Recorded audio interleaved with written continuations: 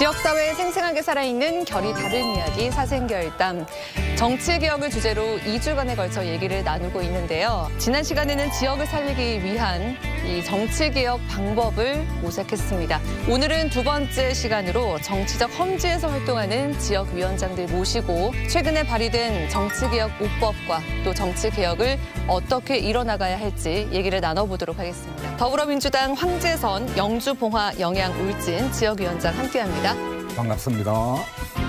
저희 지역구는 영주 영양봉화울진 서울 면적의 6.5배입니다. 그리고 국민의힘 독점 질서가 아마 가장 강고한 지역 중에 하나가 아닐까 싶습니다. 그럼에도 불구하고 저는 저희 지역의 역사와 전통에 대해서 누구 못지않은 자부심을 가지고 있습니다.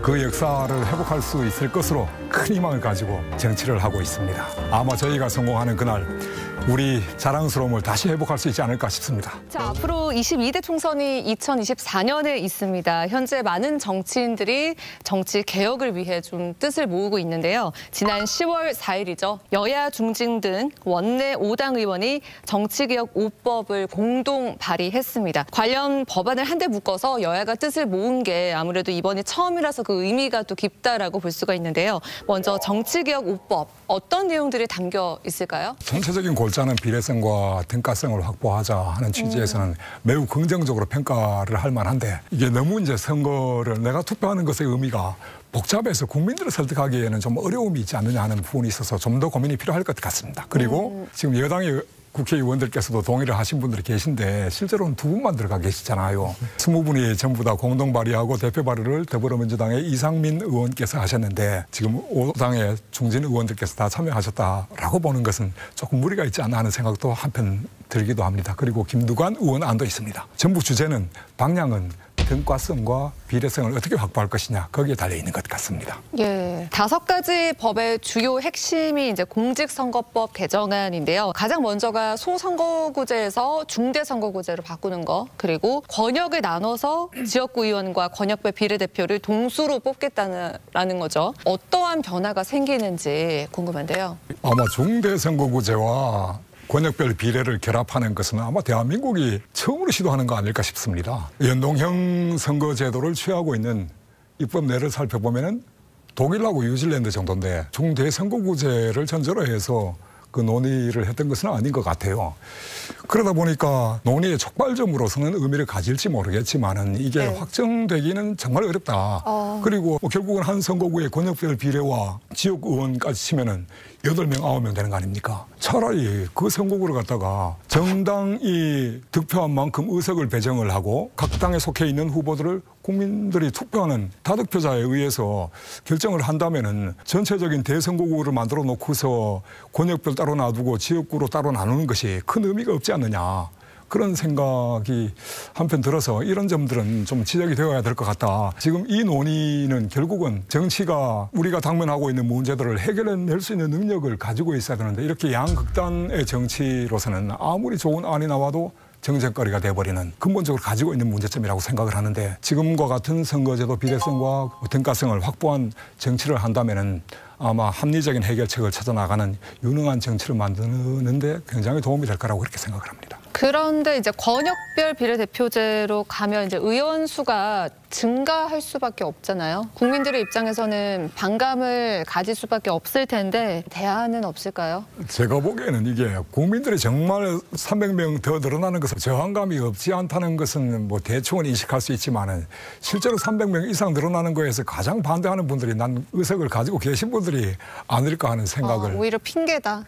그렇습니다. 뭐 명분으로 얼마든지 이야기하고 설득할 수 있는 분야라고 생각을 하고요. 예산을 늘리지 않는 상태에서 국회의원들 늘릴 수 있는 거 아니겠습니까? 그런데 그런 논의들이 안 나오고 있습니다. 나를 좀 더 대표해 주기를 바라는 게 국민들 마음 아니겠습니까? 그것을 설득하려고 노력하지 않는 것. 그건 어찌 보면은 지금 기성 정치권의 기득권에서 비롯된 별로 바람직하지 않은 의도가 깔려있기 때문이 아닌가 하는 생각을 합니다. 이번에는 황재선 위원님의 결담을 들어보겠습니다. 환탕불환약으로 정하겠습니다.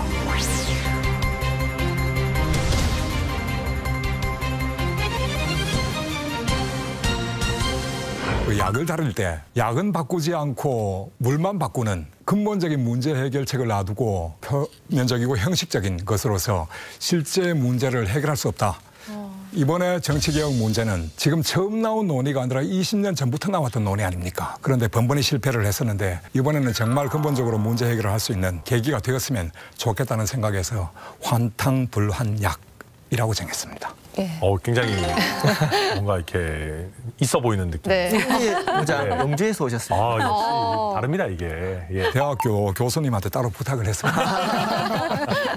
황재선 위원님 역시 천하람 위원님처럼 험지에서 활동하고 계십니다. 이분은 반대인데요. 영남에서 민주당으로 활발하게 활동을 하고 계시는데 특별한 이유가 있으실까요? 아마 시작은 우리 천 의원님하고 같을지도 모르겠습니다. 국민의힘으로 공천 경쟁을 하려 그러면은 굉장히 머리 아플 것 같아요. 국민의힘으로 해서 대한민국 정부 문 열고 나서 한 번도 바뀐 적이 없는 곳이 특히 경북 북부 쪽은 더욱 심했던 것 같습니다. 결국은 편견 때문 아니겠습니까? 이 편견으로부터 해방하는 것이 아마 지역을 위하는 역할이라고 생각을 해서 여기에서 민주당 정치를 합니다. 그리고 경북 지역이 이전에 나름대로 찬란한 역사를 가지고 있었는데 예. 지금은 국민의힘이 공천만 받으면 당선되는 지역 이런 인식을 대한민국 국민이 하고 있다는 점에 대해서는 저는 저항하고 싶습니다. 경북 지역도 통 큰 곳이다 하는 것을 강변하고 싶고 치우쳐 있는 것이 뻔한데 또 거기 가서 힘을 보탠다는 것은 정치인으로서 도리가 아니다 하는 생각을 저는 했습니다. 예. 꼭 궁금하시네요. 고맙습니다. 자, 이번 정치개혁 5법 중에서 정당법 개정안도 중요하게 다뤄지고 있는데요. 다당제를 실현시키기 위함일 수 있겠죠. 다당제가 필요한 이유에 대해서는 뭐라고 보시는지 궁금합니다. 다당제가 헌법에 의해서 보장되고 있지 않습니까? 국민들이 내가 권력을 가질 거야 라고 했을 때 결성할 수 있는 것이 정당인데 지금 그렇게 많은 정당이 있는데도 불구하고 우리나라 정치를 양당 정치라고 이야기하잖아요. 보장하고 말고의 문제가 아니라 어떻게 이게 구체적으로 실현해낼 것이냐 하는 문제들을 고민해야 될 것 아닌가. 그러려면은 이번 정치개혁에서 정치를 하고자 하는 분들이 계시면은 뭐 정당을 결성해서 원내에 진출할 수 있도록 그렇게 길을 여는 방법. 그것이 진정한 다당제가 아닐까 그렇게 생각을 하고요. 극단에서 싸우는 정치가 아니라 타협하고 대화하고 양보하는 그 민주주의 전통을 만들어낼 수 있을 것 같습니다. 예, 정치자금법 개정안도 들여다보면 기존의 의석 규모 순으로 국고 보조금을 배정받는 현행법을 고쳐서 소수 정당도 더 많은 비율의 금액을 이제 가져갈 수 있도록 하는 내용인데, 자 이렇게 되면 특별한 활동 없이 이제 국고 보조금만 받아가는 거 아니냐 이러한 지적들도 있습니다. 소수 정당에 대해서 보조금 배분 비율을 올린다고 해서 보조금을 받을 수 있는 요건 자체가 완화되는 것은 아니기 때문에 정당으로서 역할을 제대로 하지 못하는 경우에는 국고 보조금을 받을 수가 없기 때문에 비율을 올리는 것만 가지고서 생길 수 있는 혼란은 아니라고 생각되고요. 소수당이 원내에 들어오거나 활동을 실질적으로 할 수 있을 때 보조금을 지급을 해서 어느 정도 살림을 꾸릴 수 있는 최소한의 뒷받침을 하는 것이 당연히 국가가 해야 될 역할이 아닐까. 대한민국의 경우에 정당을 미 군정기에 다 해산시켜버렸잖아요. 그 이승만 대통령이 권력을 유지하는 데 가장 필요한 그리고 가장 효과적인 방법이 정당이었다고 그렇게 이야기를 합니다. 그래서 이 정당이 국민들이 스스로 권력을 가지기 위해서 만들었다기보다는 권력을 옹이하는 역사에서 시작이 되어서 정당이 지금 충분히 발달되어 있지 못하다. 만약에 이제 다당제가 이제 실질적으로 운영이 된다면은 그런 부분들도 나중에 우리가 왜 국고 보조금을 받느냐 하는 이야기까지 나올 수 있는 정도까지 갈 수 있었으면 참 좋겠습니다. 예. 5대 법안 중에 국회법 개정안도 살펴보면 현재 국회 교섭단체 요건인 20석을 10석으로 이제 낮추도록 하는 내용인데요. 낮췄을 때는 뭐가 좋은 거죠? 중요한 안건을 결국은 서로 협의하고 협상하기 위해서 교섭단체를 두고 있는데 1973년도 이전까지는 10석이었답니다. 원래. 교섭단체에 구성을 못하면은 할 수 있는 게 거의 없대요. 지금 분기별로 한 100억 정도가 보조금이 배정이 되고 있다고 합니다. 그중에서 50% 정도는 교섭단체에 있는 정당에 먼저 배부가 되니까 일단 돈에서 밀려. 그다음에 거의 그림자와 같다고 합니다. 국회 내에서도. 발언하는 시간조차도 정할 수가 없답니다.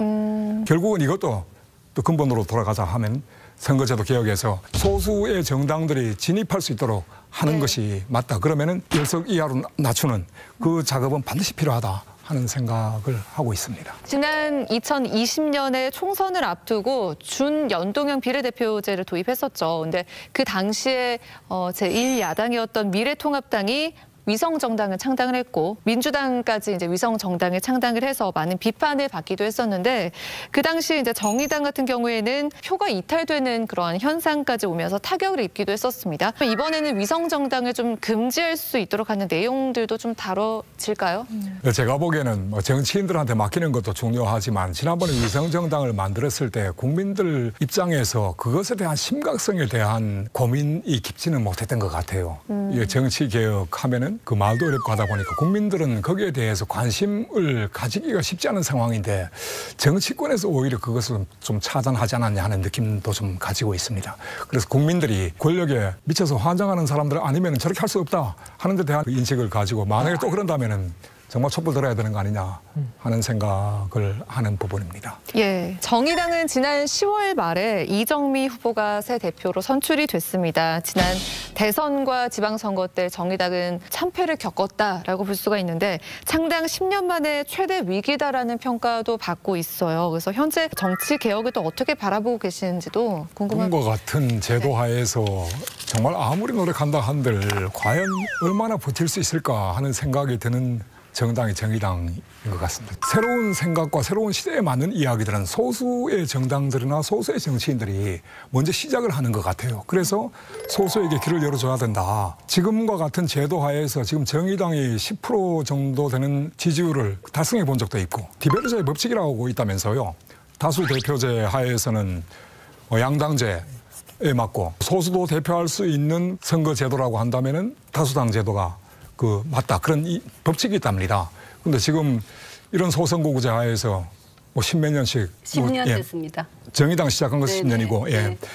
그 대단하신 것 같아요. 국민들에게 지지율도 떨어지고 그렇게 매력을 풍기지 못했던 것들 정의당의 문제라기보다는 정말 우리 선거제도의 문제였구나. 선거제도 반드시 개혁해야 된다. 예. 그렇게 결론에 이를 수밖에 없을 것 같습니다. 예. 자, 오늘 나눈 이 정치 개혁에 있어서 이제 거대 양당의 입장도 궁금합니다. 민주당의 입장에서는 벌써 이게 김대중 대통령께서 권역별 비례에 대해서 처음으로 개념을 말씀하셨고 노무현 대통령 같은 경우에는 정권을 한 번 더 잡는 것보다 선거제도를 개혁하는 것이 훨씬 더 중요하다 하는 이야기까지 했었습니다. 또 이재명 당대표도 다당제로 나아가야 한다는 점에 대해서 충분히 공감을 하고 있고 그다음 가장 혁신적이지만 사실은 오히려 보편적일 것 같아요. 경북만 놓고 본다면 13석. 그중에서 만약에 2020년 총선 결과를 놓고 봤을 때 득표율에 따라서 배정이 되었다면 국민의힘의 경우에 9석, 민주당 의석이 경북에서 3석, 정의당 의석이 1석이 이렇게 되는 것이 가장 정상적이고 이상적이지 않을까 싶습니다. 그런데 이게 전체적으로 봤을 때 국민의힘은 여기에서 3석의 의석을 잃는 것처럼 보이지만은 서울 수도권까지 합쳤을 때 민주당은 전체적인 결과에 있어서는 대승을 한 거 아닙니까? 네. 그렇게까지 승리할 수 없는 지지율인데 그렇게 승리한 거 아니에요. 고치려면 국민의힘에게도 저는 불리하지 않을 것 같거든요. 그리고 또 한편으로는 이게 정치 개혁은 정치인들이 정말 할 수 있을까 하는 의심을 가질 수밖에 없는 게 본인들의 이해관계도 이해관계지만은 지역의 패권 이런 것들하고 연동이 되어 있을 것이기 때문에 쉽게 자유롭게 의사결정을 하기가 쉽지가 않을 것 같아요. 그래서 국민들께서 같이 할 수 있도록 하는 선거제도가 마련되어야 한다. 그래서 우리 더불어민주당에서는 전국정당화위원회라는 걸 따로 두고 있고요. 예. 그다음 경북도당에서는 정치개혁특위라고 해서 경북도민들과 함께하기 위한 준비를 지금 현재 하고 있습니다. 예. 예전에 폐지가 됐었던 이제 지구당을 다시 부활시키자라는 얘기도 나오고 있는데 이게 지금 이 시점에서 좀 적절하다라고 보시는지 궁금하거든요. 지구당 안 둔다고 해서 정치 못하냐. 그 헌법재판소의 논리가 그랬던 것 같아요. 원외위원장들 같은 경우에는 전부 다 지구당 재부활해야 된다라고 주장을 하고 있는 것 같습니다. 그것이 아마 정치를 갖다가 활기차고 생기차게 생기 있게 그렇게 만들 겁니다. 사실 이 선거제도 개혁 그리고 정치 개혁에 있어서는 무엇보다 유권자의 의식 전환이 중요합니다. 최근에 한국갤럽 조사에 따르면 올해는 무당층 비율이 최고치를 기록했다고 하는데요. 이러한 상황에서 유권자의 의식을 좀 어떻게 전환을 시킬 수 있을까? 의식과 제도라는 것이 동떨어져 있는 것 같지는 않습니다. 국민들한테 희망을 주는 것이 아니라 오히려 절망하도록 만들고 이런 것들이 아마 무당층을 만들고 혐오층도 늘어나고 반대층도 늘어나고 그런 것 같은데요. 이것도 정말 정치개혁의 필요성을 갖다가 인식하게 하는 계기가 될 것 같습니다. 국민들 의식을 탓할 것이 아니라 제도부터 개선하자. 네, 내년에는 선거가 없는 해입니다. 그래서 2024년 그 안에 개혁이 이루어질 수 있을지. 정치개혁의 대상과 주체가 일치하기 때문에 큰 장벽 앞에서 좌절했던 것 같은데요. 이번에는 좀 달라야 한다. 지금과 같은 제도 하에서는 도저히 원내에 진입할 수 없는 분들, 그분들의 절박함, 그리고 여기에서 20%, 25%의 지지를 보내주시고 있는 시민들 전부 다 연대해야 가능할 수 있는 여지가 좀 생긴다. 다만 진정성만 가지고서는 안 된다. 국민과 함께 동행하는 데 성공하느냐 실패하느냐에 달려있다고 봅니다. 이 어려운 대한민국의 위기를 헤치고 나가기 위해서라도 정치개혁 꼭 성공할 수 있기를 바라겠습니다. 정치개혁 그리고 선거제도 개혁은 더 나은 정치와 지역 발전을 위한 당면 과제입니다. 이를 위한 논의가 계속해서 이어지길 바라고요. 2024년 총선 전에 제대로 결실을 맺길 사생결단도 응원해 보도록 하겠습니다. 함께해 주신 여러분 고맙습니다.